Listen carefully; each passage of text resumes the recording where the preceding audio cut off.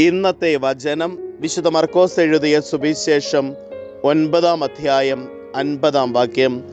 ഉപ്പ് നല്ലതാണ്, എന്നാൽ ഉറ കെട്ടുപോയാൽ പിന്നെ എന്തുകൊണ്ട് അതിന് ഉറ കൂട്ടും?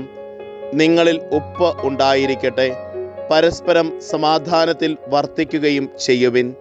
കാരുണ്യവാനും സ്നേഹനിധിയുമായ നല്ല ദൈവമേ, അങ്ങേ തിരുസന്നിധിയിൽ ഞങ്ങളുടെ എല്ലാ പ്രാർത്ഥനകളെയും ചേർത്ത് വയ്ക്കുന്നു. ഈശോനാഥ, അങ്ങ് നൽകുന്ന സ്വർഗീയമായ സമാധാനത്താൽ നിറയപ്പെടുവാനും ആ സമാധാനം അപരനുമായി പങ്കുവയ്ക്കുവാനും ഞങ്ങളെ അനുഗ്രഹിക്കണമേ. അമ്മേ മാതാവേ, ഞങ്ങൾക്ക് വേണ്ടി മാധ്യസ്ഥം യാചിക്കണമേ. നമ്മുടെ കർത്താവ് ഈശോ മിശിഹായുടെ കൃപയും പിതാവായ ദൈവത്തിൻ്റെ സ്നേഹവും പരിശുദ്ധാത്മാവിൻ്റെ സഹവാസവും നാം എല്ലാവരോടും കൂടെ ഉണ്ടായിരിക്കട്ടെ, ഇപ്പോഴും എപ്പോഴും എന്നേക്കും. ആമേൻ. ഇന്നത്തെ നിയോഗം ലോകമെമ്പാടുമുള്ള എല്ലാ രോഗികളെയും സമർപ്പിച്ചുകൊണ്ട് നമുക്ക് പ്രത്യേകം പ്രാർത്ഥിക്കാം.